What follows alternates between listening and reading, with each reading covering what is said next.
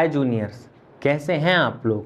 This is Jagjit Singh and I welcomes you on the online platform of Kalyani juniors. बच्चों, आज का जो हमारा सेशन है वो आपकी क्लास 8th की साइंस टेक्स्ट बुक का फर्स्ट चैप्टर है, क्रॉप प्रोडक्शन एंड मैनेजमेंट।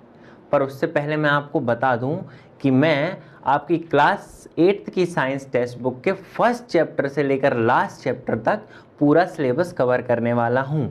तो आपको मेरे सारे वीडियो लेक्चर्स बड़े ही ध्यान से देखने हैं और कंसंट्रेशन और फोकस के साथ देखने हैं। अगर आप ऐसा कर लेते हैं तो मैं आपसे ये वादा करता हूँ, आपको ये विश्वास दिलाता हूँ कि आपको साइंस में कोई भी प्रॉब्लम नहीं आने वाली। आपके सारे कॉन्सेप्ट्स बिल्कुल क्रिस्टल क्लियर हो जाएंगे। ठीक है बेटा, तो चलते हैं हमारे सेशन की तरफ और जानते हैं कि क्रॉप प्रोडक्शन एंड मैनेजमेंट में क्रॉप क्या होता है। तो जब सेम टाइप के प्लांट्स एक लार्ज एरिया में ग्रो और कल्टीवेट किए जाते हैं तो उसे हम क्रॉप कहते हैं। देखिए, when plants of the same kind are grown and cultivated at one place on a large scale, it is called crop. अब इसके बाद हम जानेंगे कि कौन कौन से टाइप्स ऑफ क्रॉप्स होते हैं। तो जनरली जो आपकी क्लास 8th की साइंस टेक्स्ट बुक में दिया गया है वो खरीफ क्रॉप एंड रवि क्रॉप के बारे में दिया गया है। अब खरीफ क्रॉप क्या होती है? जो क्रॉप जनरली रेनी सीजन में सोन की जाती है उसको हम लोग खरीफ क्रॉप कहते हैं। देखिए, the crop which are sown in rainy season are called kharif crops. Okay, इसके एग्जाम्पल्स हम लोग जान लेते हैं। क्या इसके एग्जाम्पल्स हैं? तो देखिए, पैडी, मेज, सोयाबीन, ग्राउंडनट एट्सेट्रा, ये जो एग्जाम्पल्स हैं ये खरीफ क्रॉप के एग्जाम्पल्स हैं। जो सेकंड वन है हमारी वो रवि क्रॉप है। ठीक है, अब रवि क्रॉप के एग्जाम्पल अगर हम देखें तो वीट, ग्राम, पी, मस्टर्ड, लिंसीड एट्सेट्रा। अब भैया आपने बताया तो है नहीं कि रबी क्रॉप क्या होती है। तो चलिए, रबी क्रॉप वो क्रॉप होती है जो जनरली हम विंटर सीजन में सोन करते हैं। ठीक है, आप समझ गए होंगे कि कौन कौन से टाइप ऑफ क्रॉप्स होते हैं, खरीफ क्रॉप, रबी क्रॉप और इनके एग्जाम्पल्स के बारे में। तो जूनियर्स, आइए जानते हैं कि वो कौन कौन सी प्रैक्टिसेस होती हैं जो क्रॉप प्रोडक्शन एंड मैनेजमेंट में यूज़ होती हैं। ठीक है, तो जो फर्स्ट स्टेप होती है क्रॉप प्रोडक्शन एंड मैनेजमेंट की वो होती है प्रिपरेशन ऑफ द सॉइल, या फिर हम कह सकते हैं लूजनिंग ऑफ द सॉइल। जो सेकंड स्टेप होती है वो होती है सोइंग, मतलब जो सीड्स होती हैं उन्हें हम फील्ड में सोन करते हैं, यानी कि बोते हैं। ठीक है, जो थर्ड स्टेप है वो है adding manure and fertilisers. Fourth जो स्टेप है वो है इरिगेशन। जो इरिगेशन है वो भी ब्रॉडली क्लासिफाइड है दो टाइप्स में। कौन कौन से वो टाइप्स हैं? Traditional irrigation and modern irrigation. इन जो प्रैक्टिसेस हैं इनके बारे में हम अपनी आगे वाली स्लाइड्स में डिटेल्स में पढ़ेंगे। अभी हम सिर्फ जान लेते हैं कि कौन कौन सी एग्रीकल्चर प्रैक्टिसेस होती हैं या कौन कौन सी practices crop production and management में यूज़ होती हैं। ओके, आफ्टर इरिगेशन हम लोग देखते हैं रिमूवल ऑफ द वीडिंग। ठीक है, उसके बाद हार्वेस्टिंग, देन हार्वेस्टिंग के बाद स्टोरेज आता है। बट स्टोरेज के बीच में भी एक प्रोसेस आती है जिसे हम लोग कहते हैं थ्रेशिंग। ओके, चलते हैं हमारी नेक्स्ट स्लाइड की ओर और जानते हैं प्रिपरेशन ऑफ द सॉइल या फिर लूजनिंग ऑफ द सॉइल हम लोग किसे कहते हैं। ओके बेटा, तो प्रिपरेशन ऑफ द सॉइल या लूजनिंग ऑफ द सॉइल क्या होता है? इसमें जो लेयर है सॉइल की उसको हम लोग एक्सपोज करते हैं ताकि उस पर अच्छे से सनलाइट पड़ सके, उसमें अच्छे से एयर पास हो सके, जिससे कि वो जो है वो थोड़ी सी न्यूट्रिएंट रिच हो जाए। ओके, जो ये हम करते हैं प्रिपरेशन ऑफ द सॉइल वो कुछ टूल्स की मदद से करते हैं, जैसे कि प्लाव हो गया, जैसे कि हो गया। अब हॉ क्या होता है? ठीक है, तो जानते हैं हॉ के बारे में कि it is a simple tool which is used for removing weeds, या फिर हम इसको यूज़ कर सकते हैं लूजनिंग द सॉइल में भी। ओके, देखिए मैं आपको पिक्चर में दिखाता हूँ हॉ क्या होता है। ये देखिए, एक इंसान एक फावड़े से मिट्टी खोद रहा है, यानी कि सॉइल को लूज कर रहा है। ठीक है, जो दूसरा हमारा इम्प्लीमेंट होता है या जो दूसरा हमारा टूल होता है वो होता है कल्टीवेटर।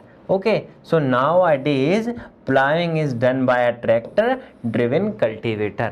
अब कल्टीवेटर क्या होता है? तो देखिए, आप पिक्चर में देख सकते हैं कि कल्टीवेटर कुछ इस टाइप का होता है।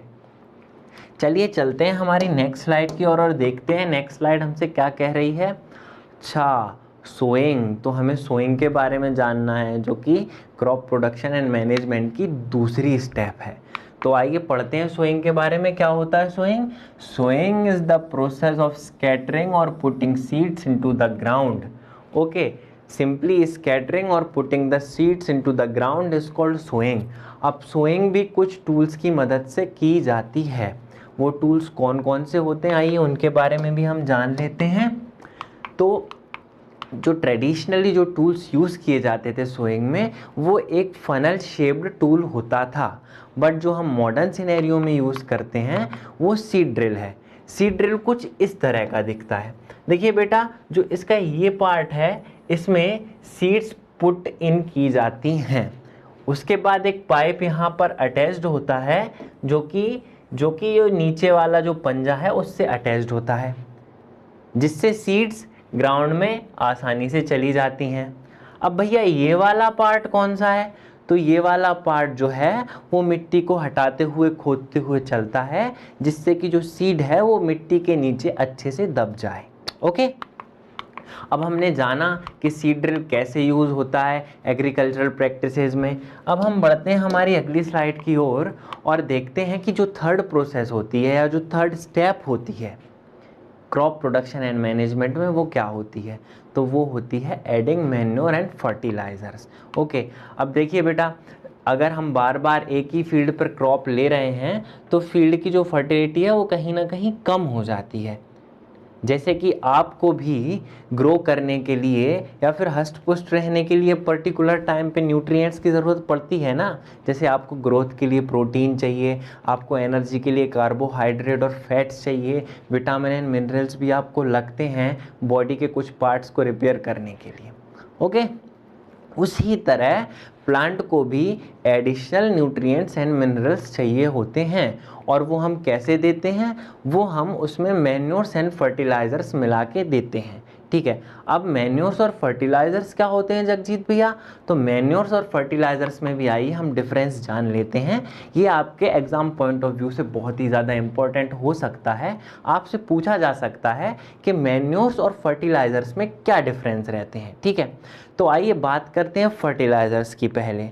तो जो फर्टिलाइज़र होता है वो एक इनऑर्गेनिक सॉल्ट होता है, वहीं जो मैन्योर होता है वो एक नेचुरल सब्सटेंस होता है। फर्टिलाइज़र्स जनरली फैक्ट्रीज़ में सिंथेसाइज किए जाते हैं या बनाए जाते हैं, वहीं जो मैन्योर होता है उसे हम लोग अपने फील्ड में बना सकते हैं, अपने घर में बना सकते हैं। देखिए थर्ड पॉइंट आप देख सकते हैं कि a fertiliser does not provide any humus to the soil. On the other hand manure provides a lot of humus to the soil. Okay, अब जो फर्टिलाइज़र होता है जो जनरली लोग प्रेफर करते हैं, मैन्योर को उतना प्रेफर नहीं करते। क्यों नहीं करते? क्योंकि जो फर्टिलाइज़र होता है वो न्यूट्रिएंट्स में मैन्योर से थोड़ा सा रिच होता है, like nitrogen, phosphorus and potassium. वहीं जो मैन्योर होता है वो इन्हीं न्यूट्रिएंट्स में कंपैरेटिवली थोड़ा सा कम होता है। बढ़ते हैं हमारी नेक्स्ट स्लाइड की ओर और जानते हैं इरिगेशन क्या होता है। तो इरिगेशन एक आर्टिफिशियल प्रोसेस होती है जिससे कि हम अपने प्लांट्स को या अपनी क्रॉप्स को जो हमने सो की है उसको पानी देते हैं, और इस ही सारी प्रोसेस को हम लोग क्या कहते हैं बेटा? इरिगेशन कहते हैं। अब सोर्सेज ऑफ इरिगेशन क्या होते हैं? तो सोर्सेज ऑफ इरिगेशन होते हैं wells, tubewells, ponds, lakes, dams and canals. These are some sources of irrigation. अब irrigation is broadly classified into traditional irrigation and modern irrigation. अब traditional irrigation की अगर हम लोग बात करें तो कुछ देखिए, जैसे मोट हुआ, चेन पंप हुआ, ढेकली हुआ, रहट हुआ। आप पिक्चर की मदद से भी देख सकते हैं कि ये किस किस तरह के होते हैं।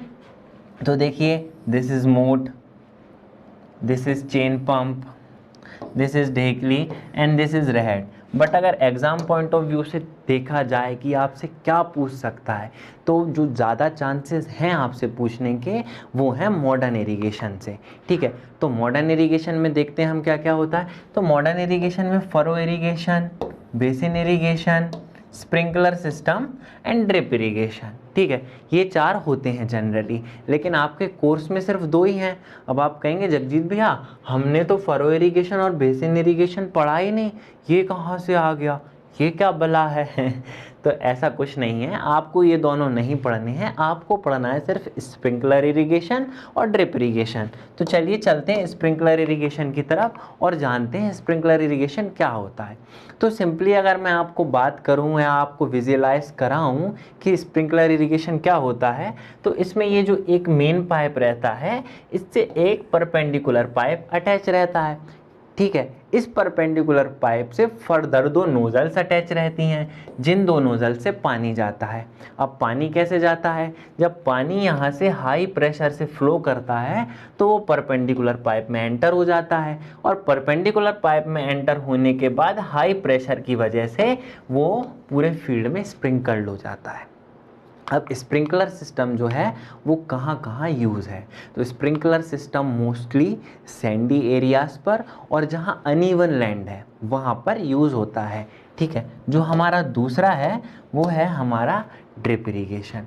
अब ड्रिप इरिगेशन क्या होता है, जगजीत भैया ये तो थोड़ा मुझे देखा हुआ सा लग रहा है ना। तो इसमें क्या होता है बेटा, जो एक ये मेन पाइप होता है ना, इसमें पानी जाता है, तो इस ही मेन पाइप में कहीं कहीं छोटे छोटे होल्स रहते हैं। अब कहीं कहीं कहाँ रहते हैं, तो वो वहाँ रहते हैं जहाँ पर प्लांट्स ग्रो कर रहा होता है। तो जो वाटर ड्रॉपलेट्स हैं वो डायरेक्टली प्लांट्स की रूट्स में जाती हैं। अब जो ये सिस्टम है ये बहुत ही ज़्यादा बेनिफिशियल है उन जगहों के लिए जहाँ पर वाटर शॉर्टेज है।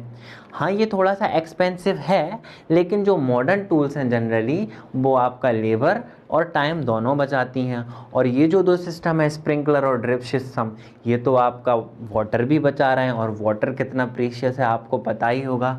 तो वाटर को तो हमें किसी भी हालत पर वेस्ट नहीं करना चाहिए। अब इरिगेशन के बाद जो 5th स्टेप मैंने आपको बताई थी, यहाँ पर हम लोग 4 स्टेप्स ख़त्म कर चुके हैं।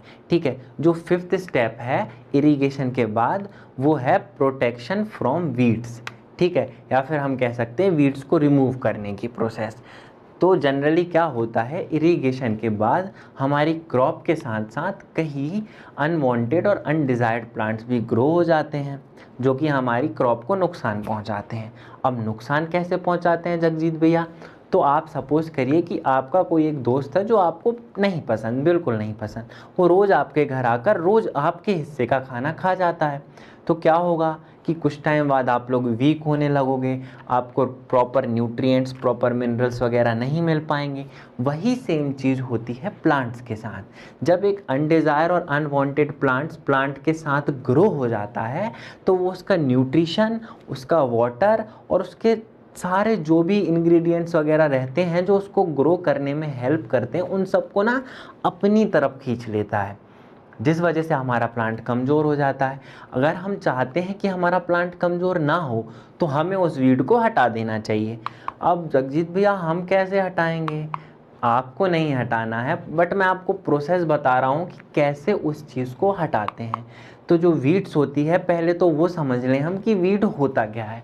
ठीक है, तो in a field many undesirable plants में grown naturally along with a crop, these undesirable plants are called weeds. Okay, अब जो वीड रहते हैं वो हम मैनुअली अपने हाथ से भी हटा सकते हैं, हम सिकल का भी यूज़ कर सकते हैं, यानी कि हम हंसिए का इस्तेमाल भी कर सकते हैं, या फिर हम कुछ वीडीसाइड्स का भी यूज़ कर सकते हैं। कुछ वीडीसाइड्स भी स्प्रे करके हम उस वीड्स को रिमूव कर सकते हैं। For example 2,4-D। आप देखिए कि कैसे ये प्लांट के साथ ये अनडिज़ायर्ड प्लांट भी आ गए हैं जिन्हें हम वीड कहते हैं, और जो टूल जो हम यूज़ करते हैं वीड को हटाने में वो सिकल का हम इस्तेमाल कर सकते हैं। Sickle is one of the main tool for removing the weeds. Okay, अब रिमूविंग ऑफ वीड के बाद हम चलते हैं अपनी अगली प्रोसेस पे, अपनी अगली स्टेप पे, जो कि है हार्वेस्टिंग। अब हार्वेस्टिंग क्या होता है, तो हार्वेस्टिंग की जो हमारी प्रोसेस है बेटा जी, अब हमारी फसल पक के खड़ी हो गई है, अब हमको उसको क्या करना है, काटना है। तो उसी प्रोसेस को हम लोग कहते हैं हार्वेस्टिंग। ठीक है, और जो हार्वेस्टिंग होती है वो हार्वेस्टर से की जाती है मॉडर्न सिनेरियो में। ठीक है। ट्रेडिशनल सिनेरियो हमें नहीं पढ़ना है। ट्रेडिशनल सिनेरियो में बहुत सारे टूल्स यूज़ होते थे, जैसा कि मैंने आपको पहले बताया कि उसमें से सिकल भी एक हो सकता था जिससे हम लोग हार्वेस्टिंग करते थे। बट मॉडर्न सिनेरियो में harvester is used for harvesting the crop. Okay, अब हम इसकी डेफिनेशन देख लें। डेफिनेशन भी एग्जाम में कई बार आ जाती है ना। हाँ, तो आइए डेफिनेशन देखते हैं कि cutting of a crop after it's maturation is called harvesting. Okay, clear हुआ आपको यहाँ तक? ठीक है। अब हमने जो क्रॉप हार्वेस्ट कर ली है उसको हम लोग थ्रेशिंग करते हैं, उसकी हम लोग थ्रेशिंग करते हैं। थ्रेशिंग प्रोसेस क्या होती है? जो आपके ग्रेन्स हैं, जो आपने फसल ले ली है उसको आपको भूसे से यानी कि चाफ से अलग करना है, उस प्रोसेस को हम लोग थ्रेशिंग कहते हैं। एंड आफ्टर दिस हम लोग जाते स्टोरेज की तरफ। ठीक है, तो स्टोरेज, अगर हमारी फसल कम हुई है या उतने अमाउंट में नहीं है तो हम उसको जूट बैग्स में पैक कर देते हैं। लेकिन अगर हमारी क्रॉप का अमाउंट बहुत ज़्यादा है तो उसको हम लोग साइलोज में स्टोर कर देते हैं। ठीक है बेटा जी, आइए फिर इसकी डेफिनेशन भी हम देख लेते हैं कि farmers have to store grain in a jute bags और इन मेटेलिक बिन।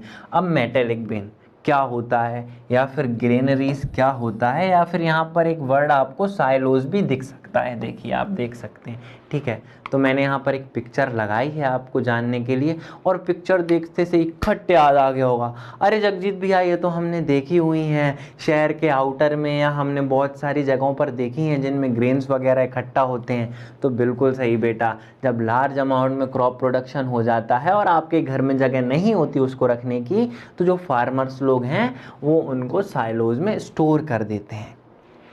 तो यहाँ पर तो जूनियर्स हमारे ये जो क्लास है वो ख़त्म हो जाती है कि कौन कौन सी प्रैक्टिसेस हैं जो कि क्रॉप प्रोडक्शन एंड मैनेजमेंट में यूज़ होती हैं। अब हमें एक छोटा सा टॉपिक पढ़ना है एनिमल हस्बेंड्री का, बहुत ही छोटा सा है, शुरू होते से ही ख़त्म हो जाएगा। तो आइए एनिमल हस्बेंड्री की तरफ चलते हैं और जानते हैं कि एनिमल हस्बेंड्री होता क्या है।